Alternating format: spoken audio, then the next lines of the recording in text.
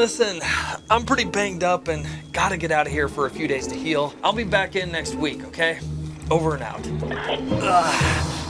Oh, Hello, Gurhm. What's happening? well, I'm pretty hurt, so I was just about to get out of here to go rest for a few days. Yeah, listen, we have sort of a little problem here, so, I guess we should go ahead and have a little talk. Problem? What problem? We lost some people this week, and, we need to sort of play catch up, so I'm gonna need you to go ahead and come in tomorrow. If you could be here around 9, that'd be great, okay? Whoa, I actually need to take some time off, you know? I'm not in any shape to get back out there. Isn't there somebody else that you can ask? Oh, and I almost forgot. I'm also gonna need you to go ahead and come in on Sunday, too, okay? Look, for real, I really can't. I'm a complete mess. Isn't there somebody else you can ask? Okay, terrific. Thanks, Gurhm.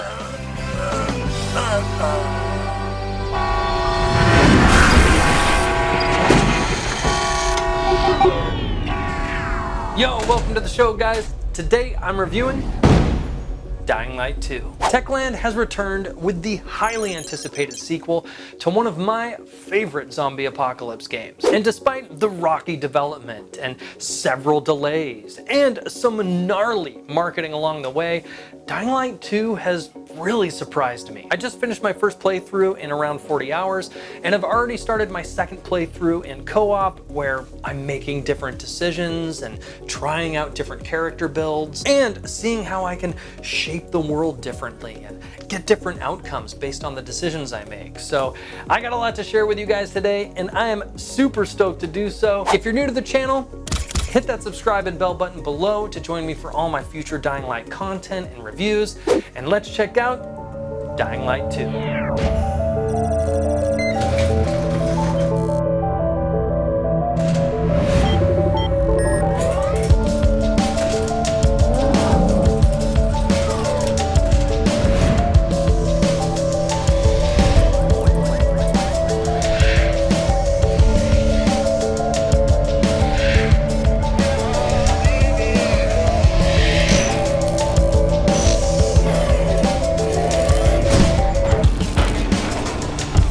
Hey, thanks for joining me today, guys. And it is hard to believe it's been 7 years since Dying Light first released. 7 freaking years. When it first released in 2015, it was a breath of fresh air though. Dope parkour, an obnoxiously high gore factor, great RPG elements, and a 4-player co-op open world that was one of the first of its kind. It was innovative, fun as hell, and despite its issues, which it definitely had, it's really stood the test of time. I've continued to play the damn thing ever since, and just last year finished what was probably my 5th full playthrough, so 7 years kind of feels like yesterday. And although Dying Light 2 improves upon the first game in almost every way, it also still suffers from some of the same problems that held it back. So let's get into it, and we're starting out where we always do, the gameplay. There's one special thing Dying Light has always uniquely delivered whenever I play it, guys, and that special thing is feeling like a total badass. And who doesn't want to feel like a total badass in a zombie apocalypse? And like its predecessor, Dying Light 2 does this impeccably. Not only does it sustain the smile-inducing gore fest that makes slaughtering zombies and other enemies so much fun, but it also improves upon almost everything I loved in the first game. The parkour feels better. It has more moves and is intrinsically tied to the design of the world and the combat. It's both way more fun to get around, and when fighting, there's this flow I'd get into between hitting enemies, blocking or parrying their attacks, and dodging or parkouring around them just to find that perfect angle that would allow me to slice their heads off or drop kick them off a rooftop. The hits have more meat to them, and the death animations are way more exciting. And at first, I was sad to see they removed all firearms from the game, but honestly, it was a weak point in the first game that would have needed some major improvements, so I'm glad they focused on its strengths here because the melee and parkour combat has never felt so damn good. Not all ranged weapons are gone either. You'll eventually get your hands on a bow that's really fun, and like all other weapons, can get modified with electrical, fire, or poison damage, and you can find spears in the world that do a ton of damage and were one of the coolest random items you can find to help you in combat. On top of the core mechanic systems getting fine-tuned, they also made a lot of quality of life improvements I'm really happy with. Things like your flashlight no longer draining every 15 seconds. Remember how annoying that shit was in the first game?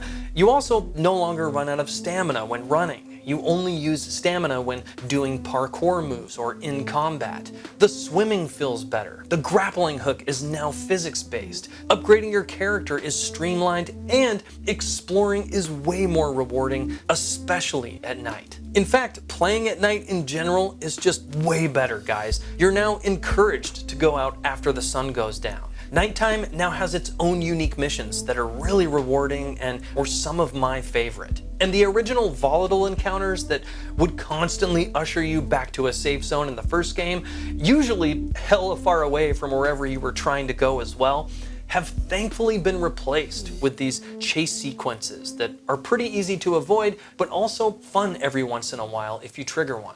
Then there's the level design, which is just brilliant, guys.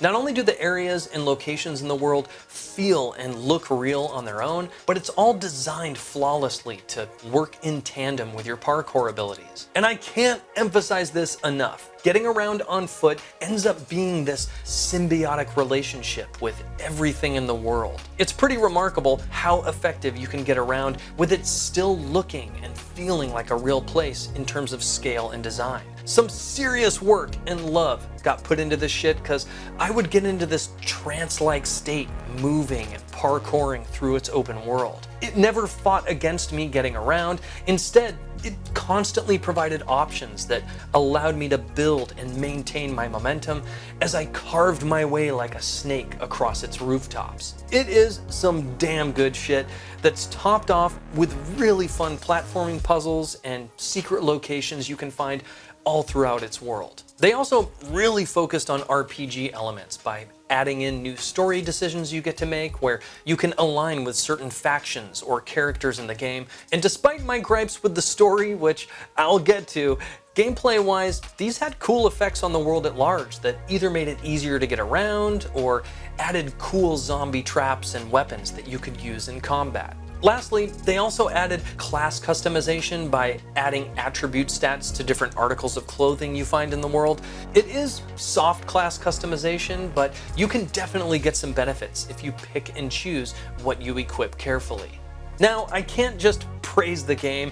There are a lot of bugs that it's suffering from, and if you go online, you're gonna see a laundry list of things, some of which I have experienced. But I'm only gonna be real with you guys, I really didn't experience that many issues in the game. I would have liked more HUD customization and less reliance on the survivor sense, which I rebound to my numpad and almost never used anyways unless I had to. I did get stuck in the world a few times and had to restart the game, but I never crashed, even in co-op, and my performance was really stable. So overall, Dying Light 2's gameplay for me was brilliant. It takes all the right steps forward for the franchise and continues to carve out this unique space in the genre that no other game has been able to fill. I'm giving gameplay 5 out of 5 stars. Graphics are next, and there's some big changes you'll notice right away compared to Dying Light 1. Firstly, the overall tone palette is much more colorful and vibrant here. And this isn't a bad thing either. It really accentuates how Mother Nature has started to take the city back with natural growth across its rooftops and buildings. The game also has a beautiful skybox that sports some great lighting. It'll cast these wonderful tones across the streets and building surfaces at sunrise and sunset. And although the textures can be pretty low res, particularly indoors, and when you're using your flashlight, it doesn't cast shadows on anything in the world, which is a bit disappointing, there are some really good visual effects in here. Personally, I'm really glad they backed off using all the post-processing effects the first game had as well. There's way less shit floating around on your screen, the FOV distortion when running is gone, and in general, the world just appears more clear and less blurry. And of course, you get some awesome gore and physics, guys. The bloodbath has been turned up to 11, and whether you're slicing heads off, grappling from ledges, or kicking enemies off rooftops and watching them tumble all the way to their deaths, the physics-based interactions make its combat and parkour really good. So despite a couple misses that I think could really boost the immersion factor, it really is a detailed, beautiful game. I'm giving graphics 4 out of 5 stars.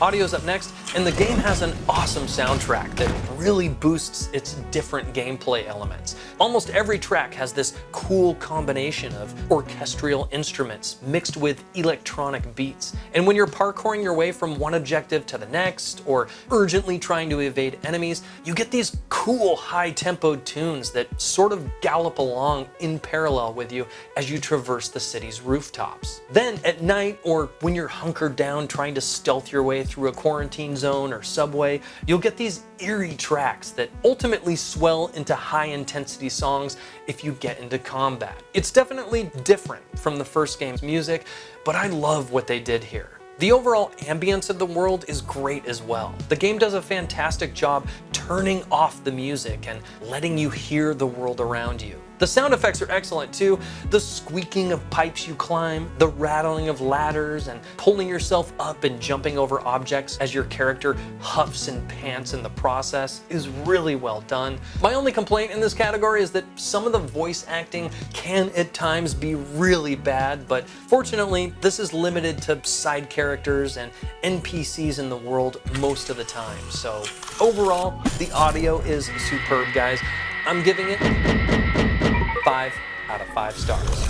Story's up next, and Stay Human takes place 15 years after the events of the first game, and this time you play a pilgrim who's traveling across country to try and find his long-lost sister. It's a great setup that the devs tied wonderfully to the first game's story, but man, I really had a hard time enjoying it, guys. My expectations were low to begin with, too. I was expecting a campy, sloppy, but also fun and exciting story like the first game delivered. And although Dying Light 2 does do a few things right, it also struggled to tell its story. It did get me in the feels a couple times and does have some cool characters and twists that were fun to experience, but it's also riddled with plot holes where they straight up abandon storylines or characters that I was really invested in, and on the flip side, they doubled down on other characters who I really didn't care much for, or who just didn't get the relationship treatment required for them to have an impact on me.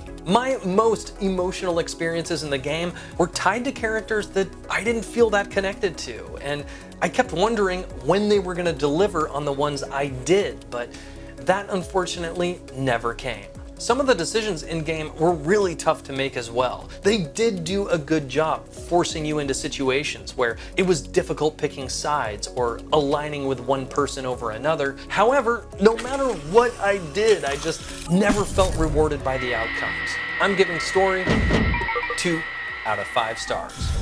Settings are up, and let's start with the key rebinds, which were not great, guys. I was able to rebind keys to ESDF and numpad for the most part, but I couldn't rebind any actions to my mouse. I couldn't rebind and split up keys that have 2 different actions assigned to them that can be used in different scenarios. And there's other keys which have multiple parkour or combat actions assigned to them that sometimes canceled each other out, or in some instances, if I rebound a key, its first action would rebind, but its secondary action wouldn't. wouldn't. So this was just a freaking mess that needs patching immediately. Moving on to video and graphics, and video settings were all right. You do get ultra-wide support, and everything else you'd need is here from what I could see. I did, however, have to turn VSync on. For whatever reason, G-Sync wouldn't work in-game no matter what settings I tweaked. So if you're getting tearing, try turning VSync on, unfortunately. Graphics were a bit disappointing though, which again was a surprise since Dying Light 1 provided such an excellent list of settings to tweak. You do get enough dials to adjust here if you need to get better performance, but I'd like to see anisotropic filtering, chromatic aberration, textures, and even a benchmark tool would be nice. Overall, this is just missing a lot that needs to get added back in. Audio's up next, and this was perfect. You get all the different dials you need to make the mix that you want, and you get an audio source option, which is great. Lastly are the gameplay options, where you can find colorblind modes, which is great to see. However, the HUD options were really disappointing, like I mentioned. You do get a bunch of dials to tweak, but it's just not enough. And if you toggle through the options, there's even one called quote-unquote immersive, which is just bullshit. I'll just give you one example, and that's the objective markers in game, which are super obnoxious and can't get turned off. If you're tracking a mission and enter a faction base, you'll approach a hallway with a bright ass yellow marker in front of you, then it'll change to the end of the hallway when you enter it, then it'll pop up on the door right in front of you that you need to go through, and then it'll pop up at the end of the room next to the person that you need to talk to. They gotta add in an option to turn this hand-holdy garbage off, because it is the opposite of immersive. So really hit and miss with the settings, guys. And to Techland's credit, I will say they have responded to feedback and will be adding in better key rebinds, which includes your mouse, more graphic options, and hopefully more HUD options in future patches. So I'll be keeping an eye out for that, because this category really needs some love. I'm giving settings 2 out of 5 stars. Let's give it a final score, guys. And like the first game, Dying Light 2 is a flawed gem. It has its bugs and its strange omission of settings that the first game more adequately provided, and a really disappointing, messy story. However, it's an incredible post-apocalyptic world that I had a ton of fun in, you guys. It's awesome as hell to parkour through, rewarding to explore and slay in, and has a much better day and night gameplay loop that's really engaging while still providing just enough space that allows you to sink in and really get immersed in its bleak and beautiful world. I'm giving Dying Light 2